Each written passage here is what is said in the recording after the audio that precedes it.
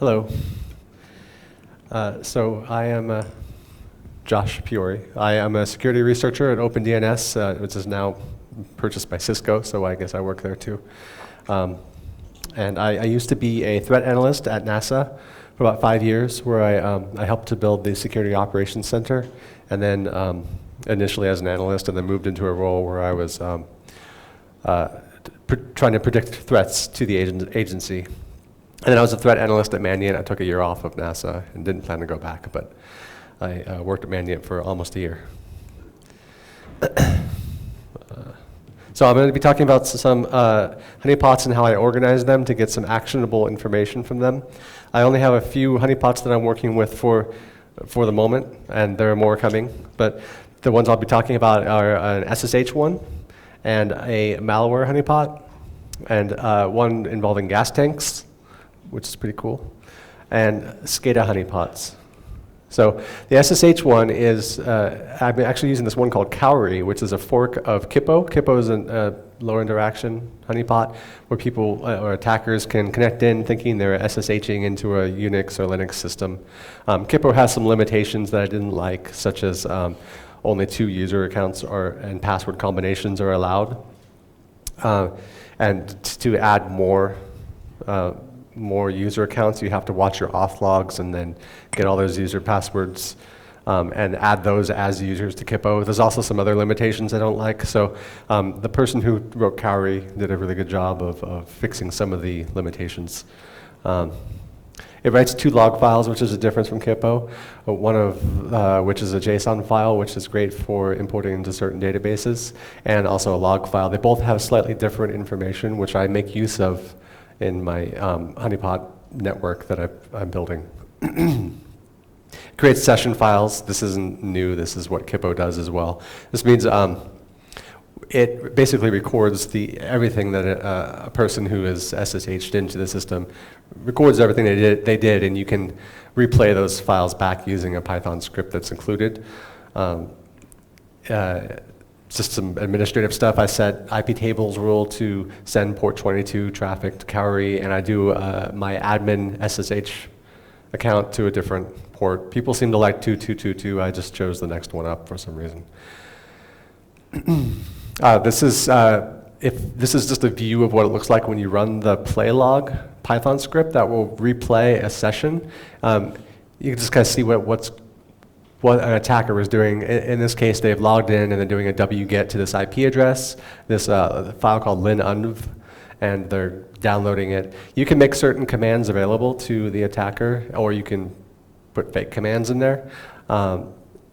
It's cool to have this, but it's not totally useful, especially if you have hundreds of attackers a day. You can see here they're trying to run the command, and then they're changing the permissions on the file, and then they try to run it again, but they're not able to because it's a sandboxed environment. But this can take you a while to get intelligence from that. If you want that IP address information, you've got to copy it and paste it into whatever your threat intel platform or research platform is. It can take a lot of work. So Dionea is another honeypot I'm using. It's meant to capture malware. It wants to get get a copy of the malware on the system so that you can analyze it. It writes to a SQLite database as opposed to text files like the last honeypot. This is just a little viewer. You can see there are a lot of options. So this is still in progress. I'm actually working on getting the data I want out of Dionea in a way that I want it so that it can be useful and actioned upon. But you can see there's a lot of stuff to work with. It saves malware into a folder, so you can just grab that malware. It's nice, unless you have 100 honeypots or 1,000 honeypots. It's a little bit more difficult, which I address. I'm also going to be talking about using Honeypot. That's one of the ones I'm using, which is a SCADA honeypot. It imitates industrial control systems. It's best not to install this on maybe the same server as your SSH honeypot, because it's supposed to be a hardware device of some sort, and I'll talk more about that soon. And then I'm using Gaspot, which this article by this paper by Trend Micro is pretty interesting, but it's about sensors inside gas tanks that are used to report the temperature, so you can connect in and issue a very small subset of commands to maybe fool it to think that it's too cool in there and have it heat up or something like that. That's the idea of it, at least. This is an Nmap scan of one of my honeypots that I'm using, and you can see that a lot of ports are open. I have FTP, it's just anonymous. You can connect in SSH, of course, and a bunch of other ones that are available for exploitation, and they all have their own different sandboxes on them, all configured in the different ways that the honeypots are configured, and it's all kind of a pain. So some of the obstacles that I'm encountering is, like I just mentioned, installation is a pain. They're all different. They write to different kind of log files, different places. They're open source projects in the majority of cases. So you have to learn each one and how to work with each one. You could get all your information from just one honeypot and just be done with that, but it's better to have more for more context. Dianed is really picky, doesn't like Ubuntu after 12.04, doesn't like 64-bit Ubuntu or 64-bit Linux. So it's just kind of a pain. So current honeypot networks, this one here is one that's actually was influential. I saw this and I was like, this is great. This is what I'm going to do with for a while. So I was playing with this one, and it's made by a guy named Jason Trost at ThreatStream, which is a company in the Bay Area of California. It's funny, I actually used to own the domain threatstream.com before they were a company, and I gave it up, which was dumb. Anyway, this honeypot shows you the main screen shows you a map, which everyone is probably familiar with, and the little attack stats down at the bottom. But if you go away from this page and come back, it's not persistent. Little dots showing you where the attacks came from go away, and you have to wait for new attacks to come in. It has other features such as you can deploy different kinds of sensors really easily by clicking on the deploy option up at the top, and you can choose what you want, what kind of honeypot, or if you want a Snort or a Suricata IDS. And it gives you some stats, and it's being improved upon, so it's getting better and better. But for example, this top IP address, I could copy that and paste it into whatever I use for research, see why I'm getting so many attacks from there. It's giving me a summary, but it's not giving me actually intelligent information as of yet. If I want intelligent information, I've got to use my brain first, or use all the analysts that are working with me.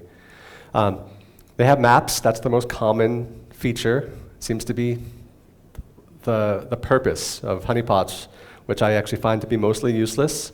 They look really fantastic, but what do you do with it? So what if there's a lot of little dots coming from China or wherever? This one's cool though, the iPew. If you have, you can check this out. It actually plays little pew sounds as it shoots. Pretty cool. I was going to set that up in my honeypot, but I decided I don't have time. So we want more than this. We want to be like this guy. Like, this is Brian Krebs. He's an author and a blogger in America. Hopefully you probably know about him. He's often the first place that people go for information, because he's so close to the data, to the attacking information. Like, he focuses mainly on ATM skimming and point-of-sale malware.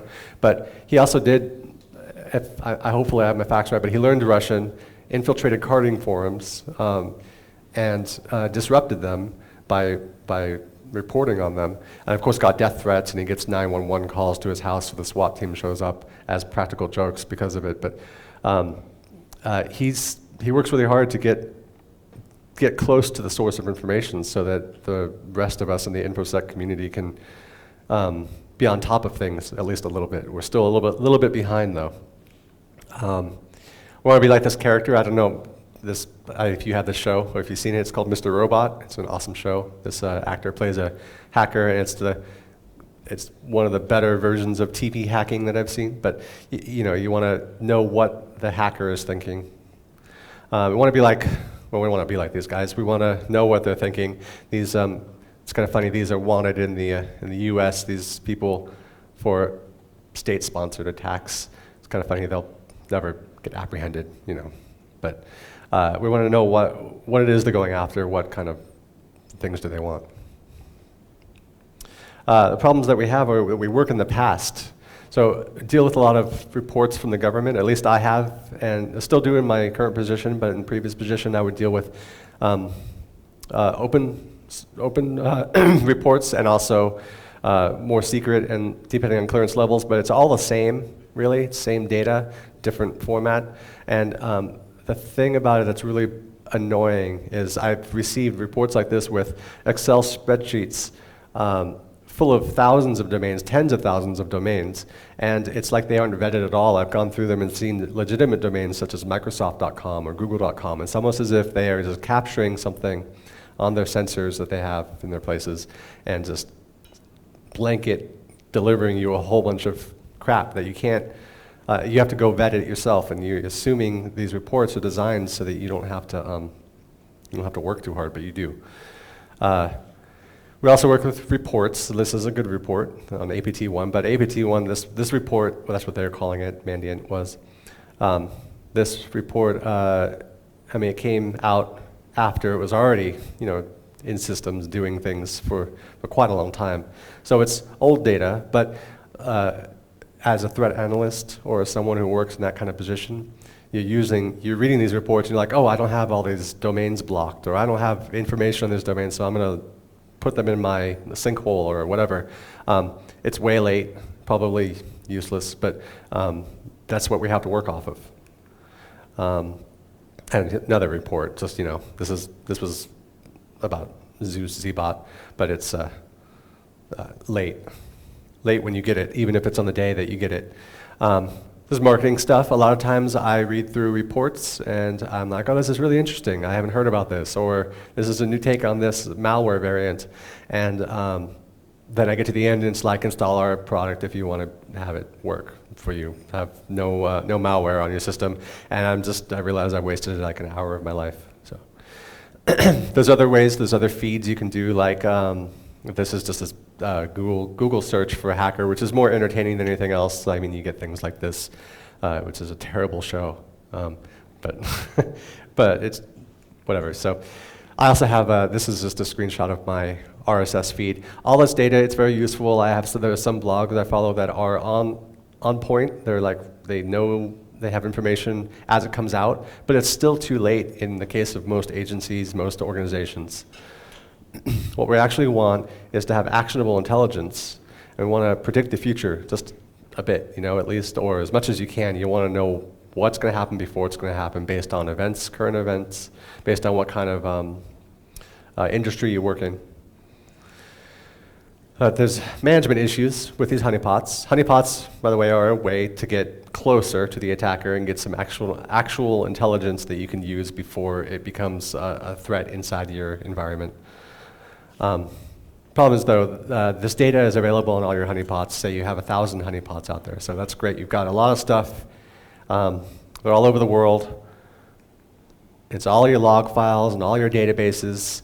Malware is in there too. You can get all that stuff, but you can just go SCP it, like copy it over from these systems, and then start analyzing it, and then take precautions. But that's going to take a long time. You need a lot of people doing a lot of things, a lot of research.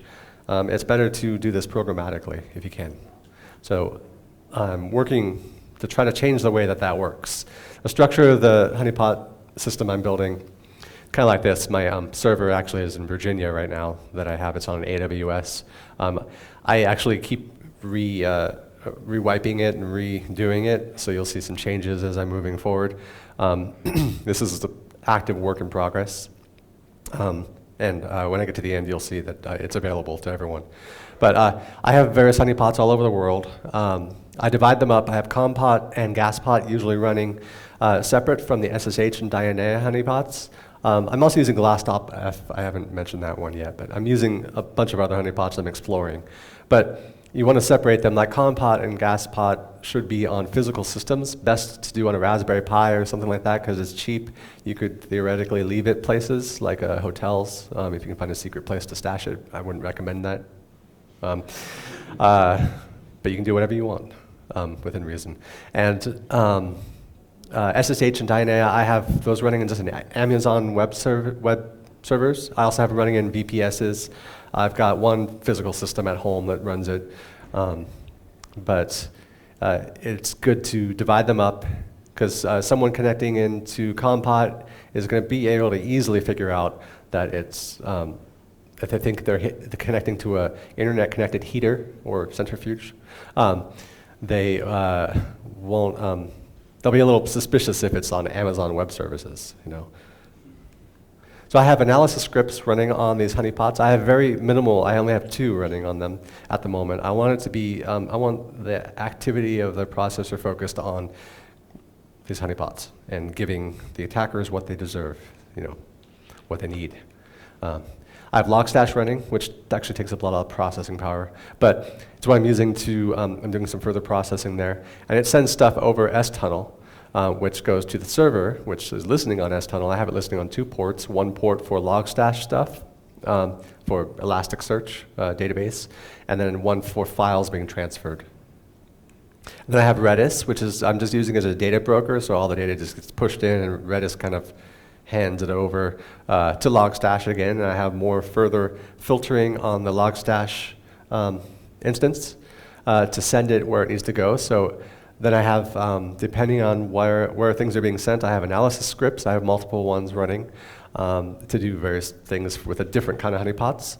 And then depending on what I do with each, I either send stuff to a MongoDB for intelligence, or Elasticsearch for hopefully pretty dashboard. You can also get some intel from that too.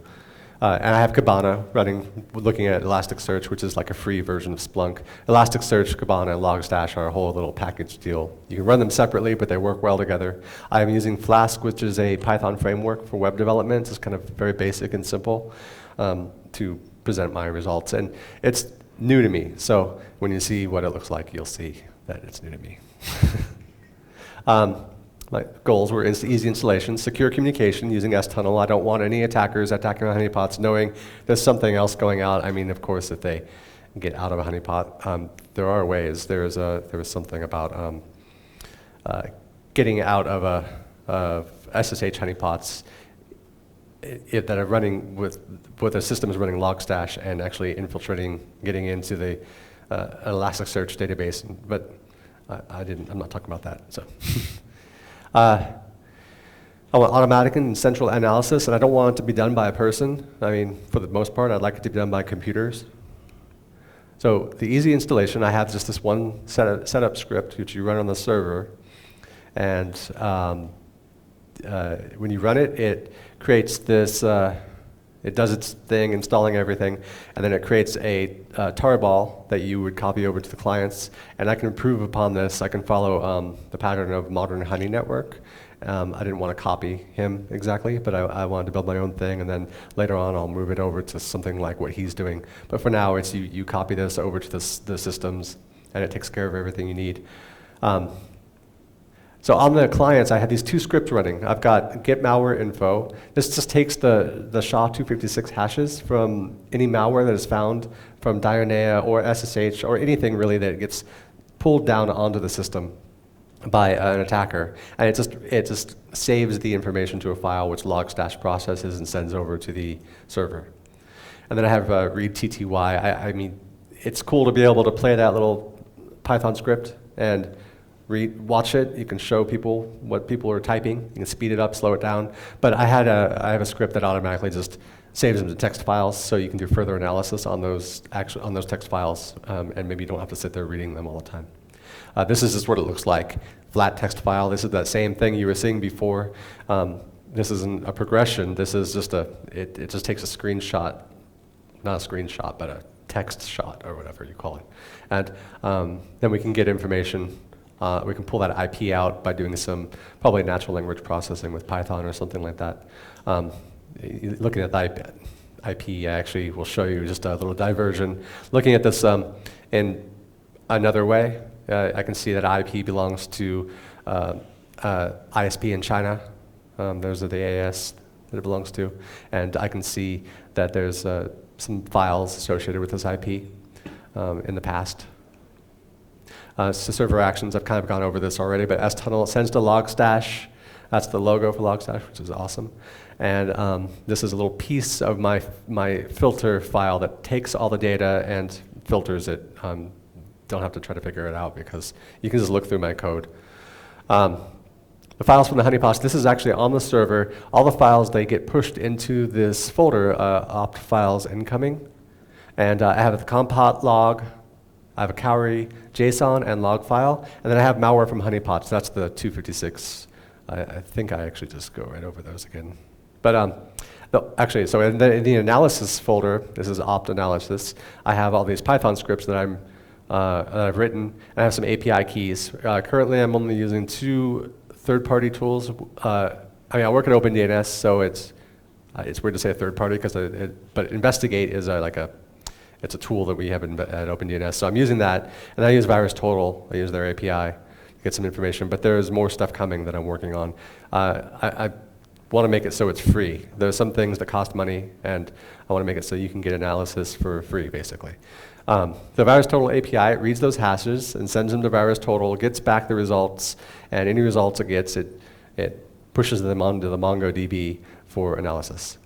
The compot reader reads the compot logs, sends information off to OpenDNS Investigate, gets information on that. I'm only getting the most minimal amount of data right now, just some whois information, more of a proof of concept, but I can get more information. I can get cool things like co-occurring domains or IP addresses that are contacted at the exact same time that domain's typically contacted. There's just lots of cool stuff.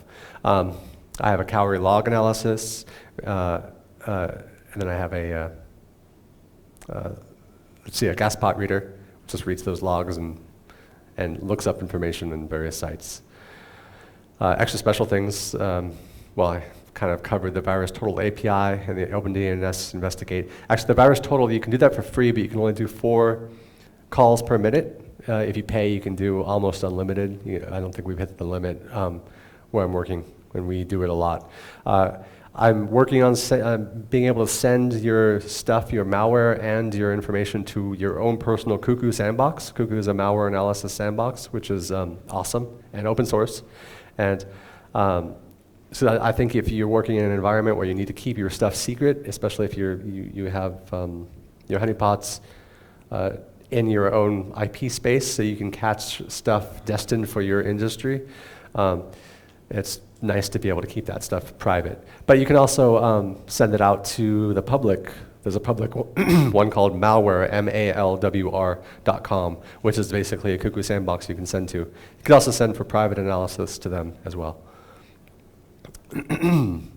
Just looking at the Investigate data further, this is kind of what we're seeing. This is an IP address that someone who connected in called out to. They said, wget this, or what, I don't remember what they did.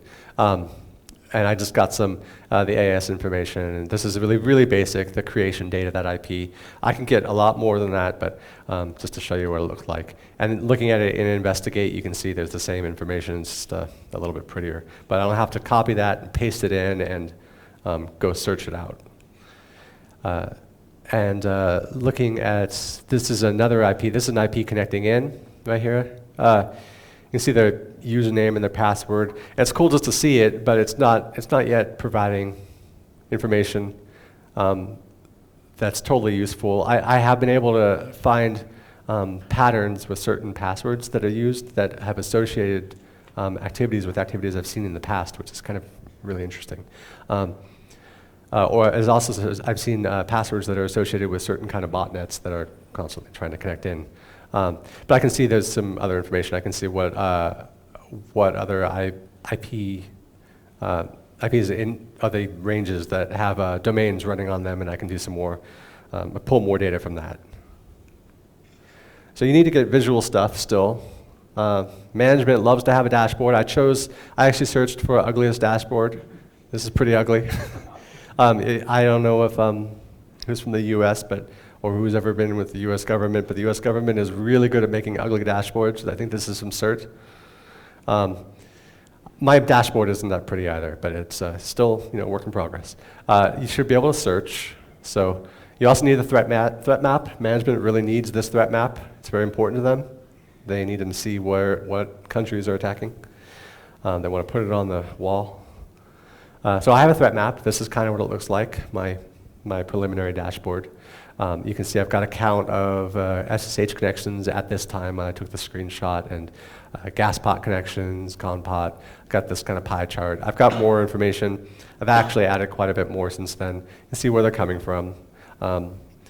This still isn't the coolest stuff, in my opinion. This is handy, but it's really mostly useless to me. I can search in a Splunk-like interface that's free because it's Kibana. I search for gas pot. I can see whatever I filter in Logstash. It's all depending on how you filter the Logstash. And this is kind of I'm going to go over this in just a second, but this is a quick view of just the basic intel, the way it looks. You can see connections, and so far it's really just who is information. That's all I've added, but of course I can add more. And I can get the information from the GET requests. I can see kind of in like a follow TCP streams format like you do with Wireshark, if you ever work with Wireshark. You can kind of see what they're getting, and so you can analyze this file. In progress are still the Diana reader, where I'm trying to optimize that, so it's a lot nicer. Passive DNS, there's actually a great free passive DNS tool that you can run on your system, and it saves stuff to a text file or to a database. Although you don't necessarily need it, because you have someone connecting in, they call out, you're going to have that information if you're doing various kinds of intelligence gathering. Malware analysis, that's that website, malware.com, or Cuckoo Sandbox. The ability to download malware, I haven't done that yet. It's just because I've been working on other things. But you should be able to download all malware from all the honeypots and know where it came from, which honeypot. So you can analyze why it's on that honeypot, not on this other one, why it's on this Windows honeypot, not this Linux one, or, well, that makes sense. But you should be able to get all that stuff from the server, not from the honeypots. You should never have to go into the honeypots at all, except to make sure that they haven't run out of disk space or something like that. And this is the biggest thing I'm working on right now, which is doing Docker images, because I'm trying to compartmentalize the installations. I wanted to make it easier than it already is. I want it to be, you should be able to turn them on and off at a button press. So I'm working towards that. And just maybe replay the log, CSI cyber style. In this episode, they had green code. They're looking for red code. So, and there's the red code, so that means they found the bad malware. So it's not too hard to implement, just,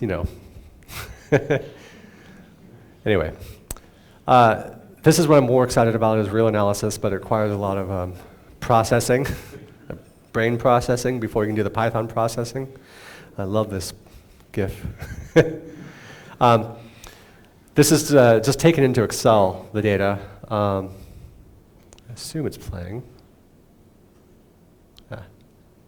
Well, it doesn't. You don't really need to see the whole thing, but just zooming down, you can kind of see this is a pivot table, basically. You can see who's the biggest offender. I think it's China, but whatever. 534 at the time I took this. Looking at the next, you can see you can make pie charts. By ASN, who's the biggest offender, and I think that's Charter Communications. So this stuff can be generated dynamically for your dashboard. It's very useful to see. The best thing about analyzing data like this and getting pictures like this is if you happen to install your honeypots in your IP space and you work in aerospace or something like that, you can, and you're watching current events, maybe there's a new aerospace thing out there, and all of a sudden a bunch of new attacks come from a certain country, then you can use that in your future threat analysis and prepare for things in the future. That's what I'm going for here. And this is even more the same. It's a time series analysis. If you can correlate times with events, current events, and your industry, then you are way ahead of the game than most people. You're not looking at old data. You're looking at fresh data, and you're actually able to look into the future and see what's about to happen. This is just a quick little video of analysis script I wrote just to show some different other things you can do. I mean, I'm programmatically doing those Excel spreadsheets, basically, instead of doing them manually. That was unique IPs.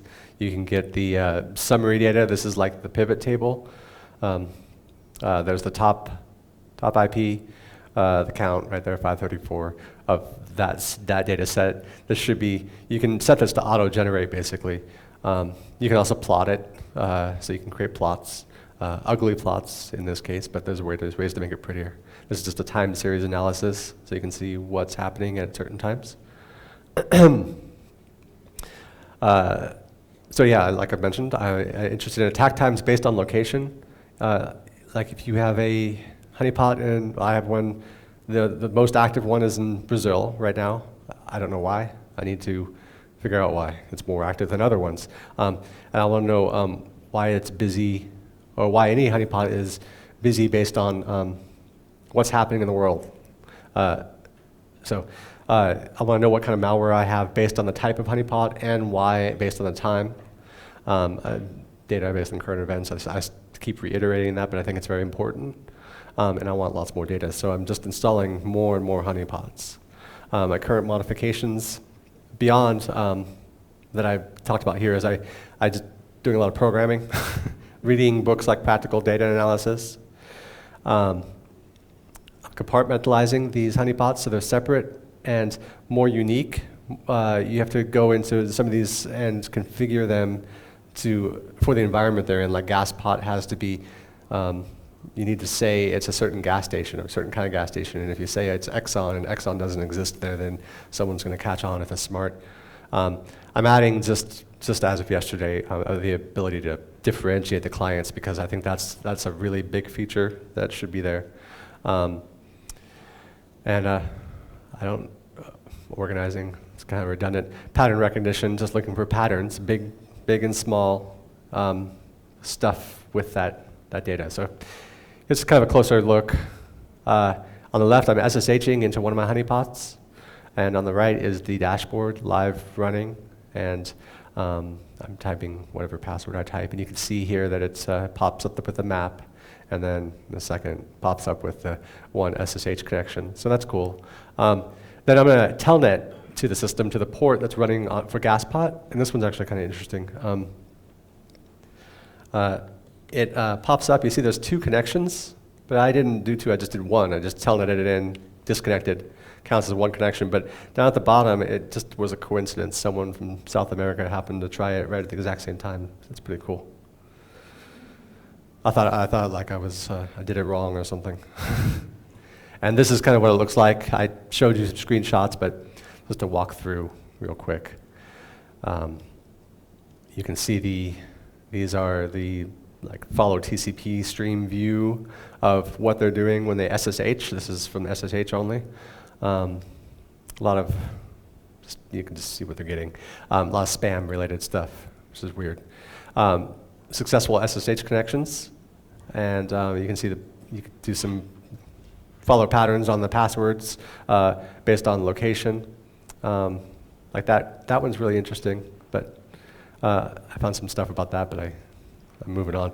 You can get the Excel spread, get a CSV file, so you can be the data sender. I wouldn't recommend doing this blanket sending it to people like everyone does nowadays. Don't be a part of the problem. But if you want to provide good stuff to people, you can. Here's call outs to IP addresses, and it's not very much stuff because, like I said, I wipe it and reload it all the time as I improve the system. Malware found on VirusTotal, this gives you the information found based on malware. I'm adding in the ability to send stuff to VirusTotal, although that's not always the best idea if you want to keep something private. But you can see what it is. A lot of the stuff, because this is a Linux system, is like DDoS software that they're just trying to take over a Linux system. But it's cool to see that. And the system is in AWS, this specific honeypot. So that sent that information. If I put it in my organization, maybe I'll see some other kind of malware because they want something else. And Compot and GasPot. GasPot, it's just showing, these are just connection attempts right here, but there's some actual commands typed. There's only about, if you download the manual, there's not very many commands to type. It's a very easy thing to play with. And yeah, so that's it. If you want to get a copy of it, feel free to download it, play with it, do whatever you want with it. Totally open source. I have Investigate, unfortunately, is a paid thing, but I'm adding as many things as I can to replicate that. I mean, while I work there, I OpenDNS, you should always be able to get this stuff without paying for it. I mean, paying is great because you can get a better quality of service, but I want you to be able to put this in your environment and get the data that you need to do your job and make your environment safer. So that's it. Does anyone have any questions? Thanks, Josh. All right. Yeah, the Intelligent Honeynet project is available on GitHub. Yeah. Uses Python 2.7, 3.0. Both, but this one's 2.7. Oh. And you're happy to accept pull requests, I guess. Oh, yeah. So, are there any questions? Here's a question. We have plenty of time for questions.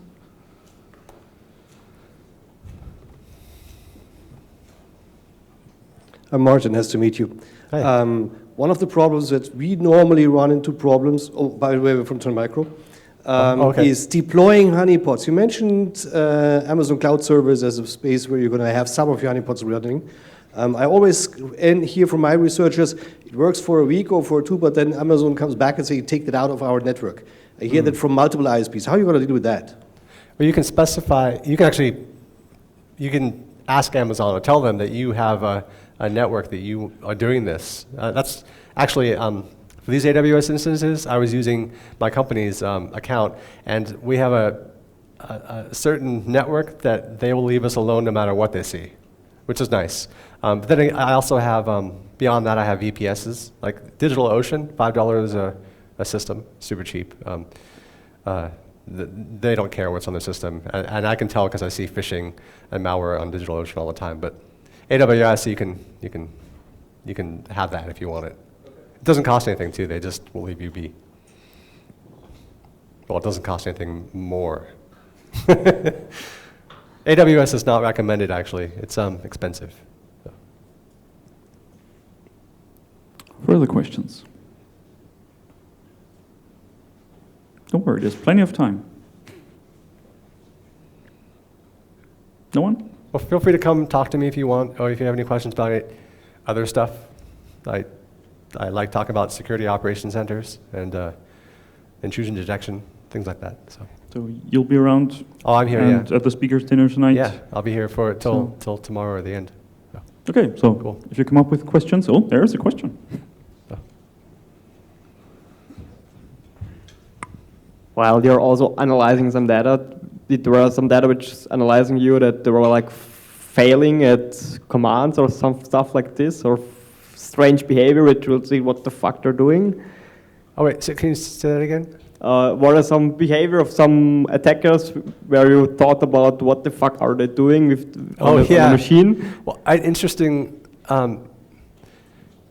When you watch stuff come, well, sometimes it's just bots, but I have actually seen someone who has gotten into the system and they are typing away, and it's almost like they have a script, and that's probably pretty likely. Like state-sponsored actors, the low level. Say, let's use China as an example. Low level workers are just usually not the ones who are the super technical. They're just copying and pasting commands or just typing what they see. They go through a list, and I've watched them do that, just that. It's really interesting. And it gives you an idea of the structure that they're working with. You know, the people who are writing the malware are probably not, SSHing in, or people writing the SSH bots are not even SSHing in. So.